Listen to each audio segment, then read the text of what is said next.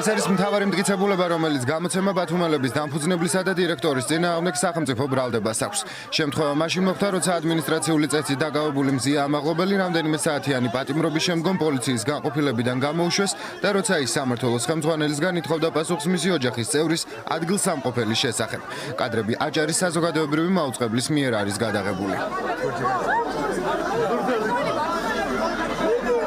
შინაგან საქმეთა სამინისტრო მზია ამაღლობელის წინააღმდეგ გამოძიება სისხლის სამართლის კოდექსის 353 მუხლით დაიწყო.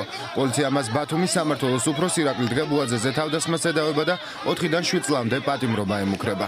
სანამ დაკავება მოხდებოდა ფიზიკურად კომუნიკაცია ვერ მექნებოდა აღნიშნულ ქალბატონთან, არსებობს უწყვეტი კადრი ჩემი შენობიდან გამოსვლის მომენტისა, მასთან კომუნიკაციის ასევე და შემდეგ კანონდარღვევისაც არსებობს. შესაბამისად ის ბრალდებები, რომ თითქოს მე ან რომელიმე პოლიციელმა ამ კონკრეტულ ქალბატონს ან ვინმე საერთოდ აქციის პროფილს შეურაცხყოფა მიაყენა, არის ტყუილი.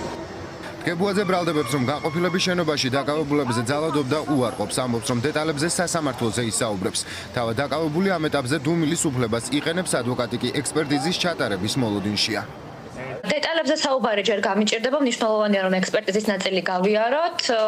საუბარი იყო ზოგად ინფორმაციაზე, თუმცა ჩვენთვის მნიშვნელოვანია რომ ჯერ გავიგოთ უშუალოდ ექსპერტიზის ინფორმაცია და დეტალები. ამ ეტაპისთვის ქალბატონი მზია დუმილის უფლებით სარგებლობს და დეტალების გააზიარება თქვენთან გამიჭირდება.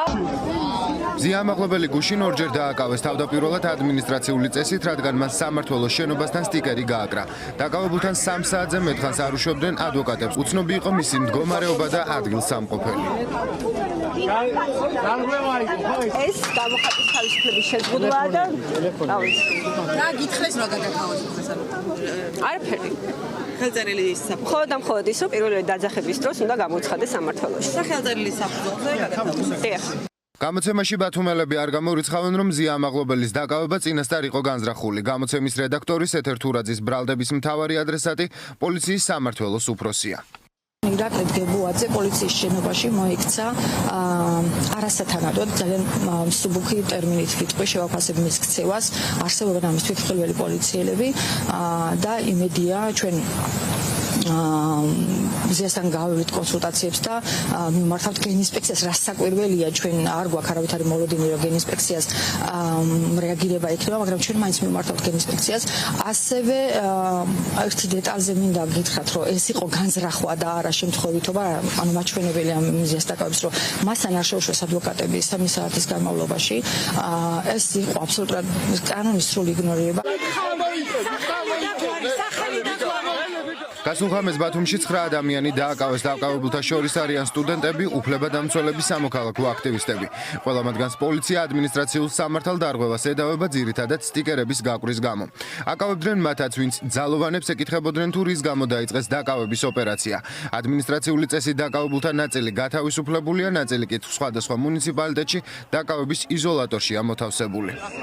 დაკავება ჩემი განხორციელდა სამმართველოს შენობის გარეთ, როცა ესეთ იფიცება საქართველოს მსგავს სტიკერი დავაკარი ქვაფენილზე შლაგბაუმის გარეთ და მოვიდა ბატონი გებუაძე და მითხრა რომ ამეშორებინა, ამეძრო დაკრული სტიკერი. უთხრა რომ არა, იმიტომ რომ კონს არ ვარ უკვე. სასწაული ისტორიების ნაერთი დავინახე ირაკლი გებუაძის სახეზე.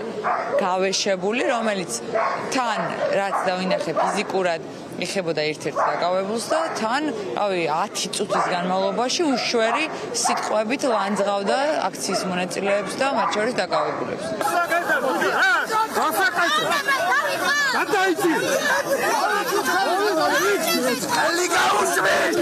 აქციის მონაწილეთა თქმით, პოლიცია აგრესიულობით გამოირჩეოდა, ადგილი ჰქონდა პროვოკაციებს, რაც შემდგომ დაკავების დაწყების საბაბად გამოიყენეს.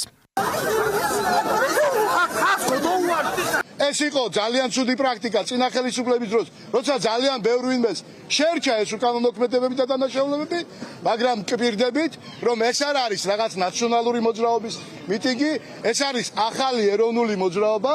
ეს მოძრაობა არის იმიტომ, რომ ჩვენმა შვილებმა, თქვენმა შვილებმა იცხოვროთ უკეთეს საქართველოში და მე დარწმუნებული ვარ, რომ ყველა ის ადამიანი, ვინ ჩაიდენს დანაშაულს, აუცილებლად დაიშება. ყველაფერი დღეს დაიწყო ბათუმში ერთ-ერთი თანამოქალაქის გინებით, რომელიც გვაგინებდა აქციის მონაწილეებს და განსაკუთრებით ახალგაზრდა გოგოებს, ამის ვიდეომტკიცებულებაც არსებობს. ჩვენი პირველი მოთხოვნა თქვენი სახელით ამოვიწყდა იყო, რომ რეაგირება ქონდა ამაზე პოლიციას.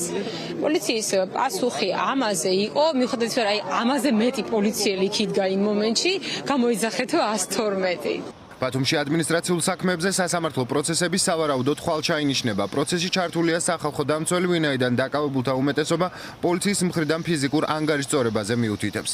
ჯერჯერობით უცნობია, როდის იმსჯელებს სასამართლოს სისხლის სამართლის ბრალდებით დაკავებულ მზია ამაღლობელის აღკვეთ ღონისძიებაზე.